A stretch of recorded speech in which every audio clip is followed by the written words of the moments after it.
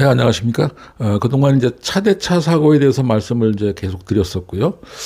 오늘은 차대 사람, 차대인 사고에 대해서 말씀을 이제 드려보려고 하는데요. 이제 차가 만약에 이제 뭐 인도로 뛰어든다든가 뭐 이런 경우는 이제 뭐 여기서 무조건 자동차 과실 100%이기 때문에 뭐 더 이상 말씀드릴 필요 없고, 다만 이제 보통들 이제 인사사고가 나는 경우는 사람이 이제 무단횡단을 한다거나 뭐 신호가 있는 도로에서 뭐 제가 파란불이 건너는 건 과실이 100%겠죠.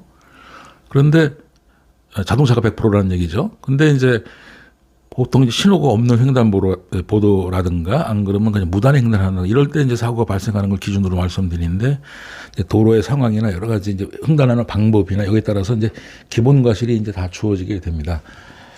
그러면 이제 기본 과실이 주어지게 난 다음에는 이제 가감 요소를 해야 되는데, 어떨 경우에는 사람이 더 가산을 해야 되느냐, 어떤 때는 이럴 때는 감산을 해야 되느냐 하는 기준을 한번 하나하나 사례를 들어서 한번 설명을 드려보도록 하겠습니다.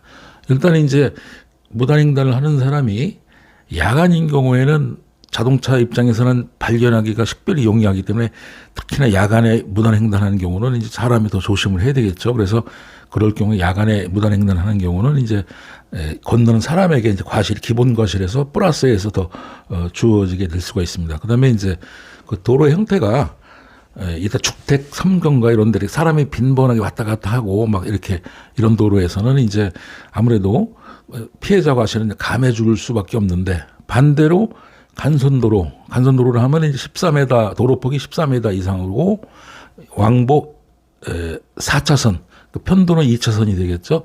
이런 도로는 아무래도 간선도로라고 우리가 표현을 하는데, 교통이 빈번한 도로라 이런 뜻입니다. 그러면 이런 도로를 건널 때는 아무래도 피해자가 더 주의를 해야 되기 때문에 피해자 과실을 더 가산해서 준다 이런 얘기고요. 그다음에 횡단을 해도 멀리서 횡단하는 걸 미리 발견할 수가 있으면 좋은데, 갑자기 그 차 앞으로 뛰어든다든가 차 뒤로 뛰어든다든가 뭐 이런 경우, 차 앞 바로 뒤로 이렇게 무단횡단하는 경우에는 이제 피해자 쪽에 과실이 더 주어질 수밖에 없죠. 그다음에 이제 또 우리가 이제 베트남 같은 데 가서 보면은 이렇게 그 차 교통량이 많은데도 사람이 횡단을 하지 않습니까? 근데 멀리서 보니까 이 사람이 쭉 걸어가는 속도를 보면서 그 사람들은 훈련이 돼 있어가지고 자동차 입장에서는, 오토바이 입장에서는 이렇게 거리 시간 조절을 하면서 이제 지나가게 되잖아요. 그런데 이제 우리가 이제 우리나라 같은 도로에서 이 사람이 쭉 멀리서 횡단하는 걸 봤는데, 이 사람이 가다가 정지했다거나 후퇴한다거나 또 뭐 술을 한 잔 먹어가지고 지그재그로 왔다 갔다 한다든가 이렇게 하게 되면은 아무래도 이제 운전자 입장에서는 그 사람을 보고 판단하기가 어려우니까 피해자 쪽에 이제 과실이 가산될 수가 있죠. 그다음에 이제 그 도로에 뭐 중앙 분리대 쪽에 뭐 이렇게 철책이 돼 있다거나 못 건너게 너무나 이제 위험하기 때문에 뭐 이렇게 횡단 여긴 가지 말라고 표지판이 돼 있다 이런 경우로도 이제 피해자 쪽 과실에게 이제 가산을 할 수가 있고요. 그다음에 이제 그 도로에서 횡단할 때 최단 거리로 횡단하는 것이 아니고 이렇게 사선으로 걷게 되면 거의 뭐 시간이 2배, 3배 걸리지 않습니까? 이제 이런 경우도 이제 가산이 될 수가 있다. 이렇게 이제 볼 수가 있습니다. 그다음에 이제 아까 말씀드린 대로 이제 감산, 피해자 과실이 줄어드는 경우는 아까 이제 간선도로가 아니라 주택 상정가 이런 데서는 이제 아무래도 사람의 출현이 많기 때문에 차가 더 조심을 해야 되죠. 여긴 이 사람의 보행이 많은 도로로구나 하고서 자가 주의를 해야 되니까 이런 경우에는 이제 피해자 과실이 좀 줄어들 수가 있고요. 그다음에 어린이나 노인인 경우에도 피해자 과실이 줄어들 수가 있습니다.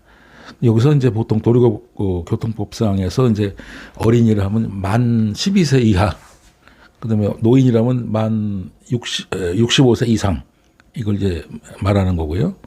근데 이것이 뭐 딱 그 차주 입장에서 그 나이라고 딱 볼 수 없는 이런 기준이 있기 때문에, 덩치가 큰 애들도 있고 뭐 아직도 65세라도 뭐 젊은 사람이 있고 하니까 이건 엄격한 규제라고 볼 수는 없고, 하여튼 대략 이렇게 정리를 한다 이렇게 보시면 되겠고요.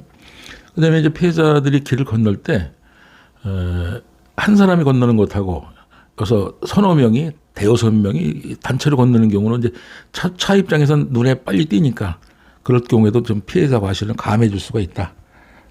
이렇게 이제 볼 수가 있고요. 그다음에 이제 이 앞전에서 말씀드린 이제 현저한 과실과 이제 중대한 과실 이 부분에 대한 것들은 이제 뭐 지난번에 말씀드리기를 뭐 무면허 운전, 주치 운전 이런 경우는 뭐 가산 요소가 될 거고 자동차에다가 속도 위반도 뭐 20km 이상이면 가산 요소가 되고 뭐 일반 과실은 이제 10에서 20 정도 된다고 말씀드렸었고 그래서 그거는 이제 지난번에 말씀드린 내용을 그대로 이제 참고를 하시면 될 것 같습니다. 네, 오늘 피해자와 무단 횡단하는 피해자와 이 자동차 간의 과실에 대해서 간단하게 한번 설명을 드려봤습니다. 이어서 또 다른 제목으로 한번 또 다시 찾아뵙도록 하겠습니다. 감사합니다.